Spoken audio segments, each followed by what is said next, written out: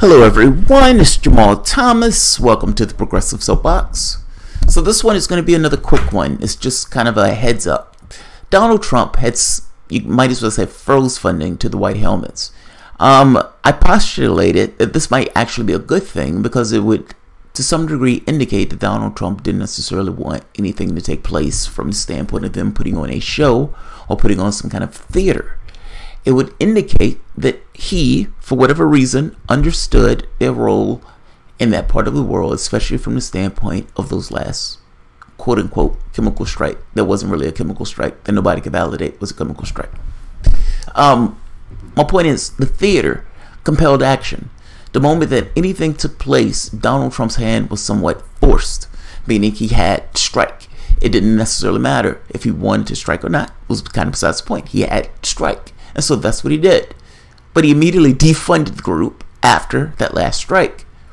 Now, mind you, the only people or the only thing, the only evidence of that strike, of that the chemical strike existed, was them.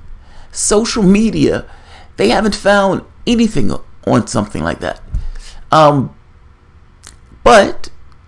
at this point, he's restarted funding. So any notion that he was pulling out of Syria out the window, and not just any notion he's pulling out of Syria is out the window. This, I would make the argument that to some degree is a regime change tool. I am buying into the belief system that this group is not necessarily what they say they are. And we should not be funding this particular group, as I don't necessarily think this group can all that be trusted. Now, that being said, I want to be hyperbolic for the moment. I thought, which would have been a hellscape in and of itself, that Donald Trump was pulling funding from these guys because he didn't necessarily want anything to go down in Syria, in which case he wanted to focus his efforts in Iran. He has Pompeo and John Bolton, both of them are maniacs, and he seemed to be wanting to be more conciliatory towards Russia. Well, if you're putting white helmets back into their positions, that's out the window. That's out the window.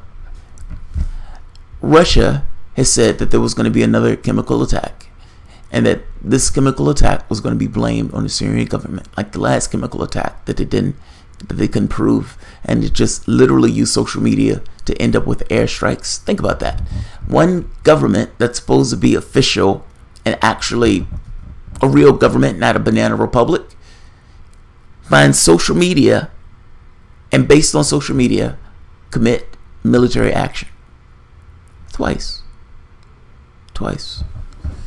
First time, couldn't pin it on Syria, but they struck him anyway. Second time, Donald Trump says he's taking the troops out. All of a sudden, here you go again.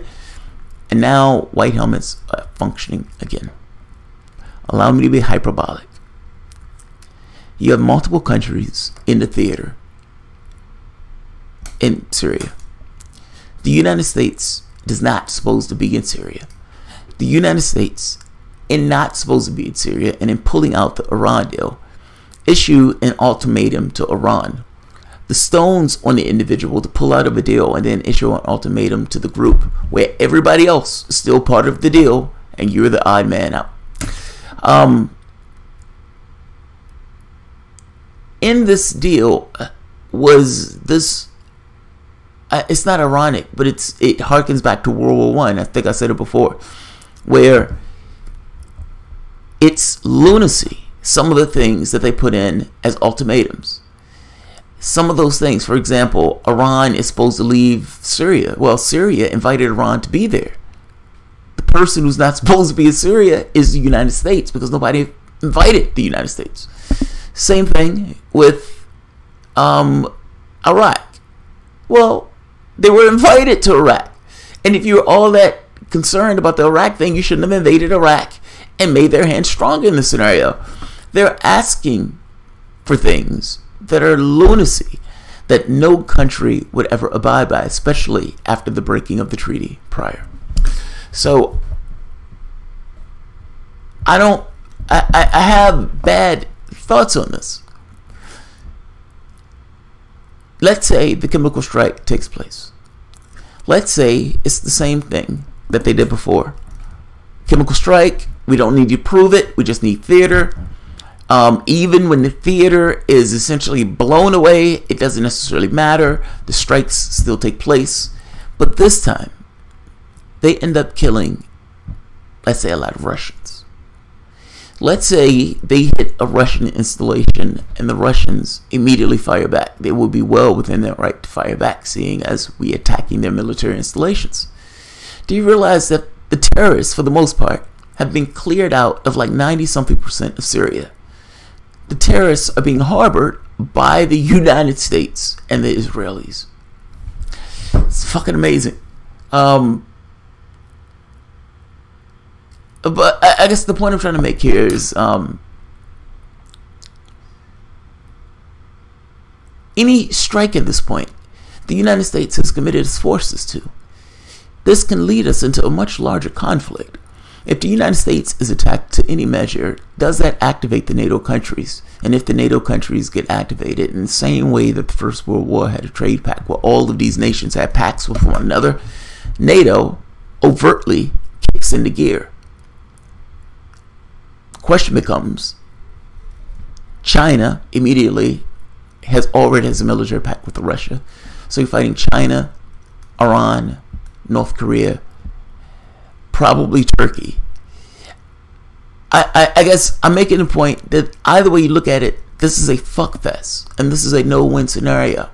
And we are interacting in military affairs in nations where we are not welcome. And this can lead to larger problems. So I'm not going to keep this long. Let me just read the article. But that's a decent summary. White helmets, a tool for regime change in Syria. That's too important to stop funding. The top part of that is more propaganda, but Vanessa Beeley is going to be on my show, and so I like her stuff. She was there. She would know better than anybody saying that she was there. Meanwhile, Vanessa Beeley, an independent investigative journalist who has recently visited Syria, believes Washington never really intended to cut off funding for the group. The funding freeze largely was a fake funding freeze, Beeley told RT. The funding freeze, in my opinion, was actually a way to secure further and more diverse funding for the White Helmets. The investigative journalist pointed out that April, after the United States announced the freeze, Saleh, head of the Syrian Civil Defense, the White Helmets, came to the United States to receive an award at the Sedona Forum in 2018 hosted by McCain Institute for International Leadership. That event was attended by the United States top leadership, including Mike Pompeo, Director of CIA, John Mattis, Secretary of Defense. While nothing official was announced, following that meeting, the White Helmets were allegedly awarded contracts with Turkey and Qatar, Beeley said. Furthermore, she noted that the British Prime Minister Theresa May pledged to maintain and even increase the funding for the White Helmets. The British government has directly financed the White Helmets to the tune of almost £39 million, according to Beeley. Wow, regime change is expensive. I thought Britain was broke. I've heard that the White Helmets were there to work as agents for the terrorist groups to help them when they are under attack by the Syrian Arab Army and their allies, she stressed. Thus, Beeley strongly disputed the State Department's claims that the group saved some 100,000 lives in Syria and demanded proof to support the assertion. In one of my other pages, where is it? Right here, Trump resumes funding for White Helmets in Syria.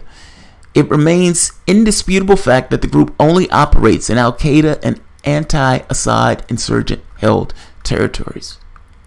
Now, it's possible that we are being a little bit cynical from the standpoint of White Helmets. But we do know that the United States is wanted to topple that government.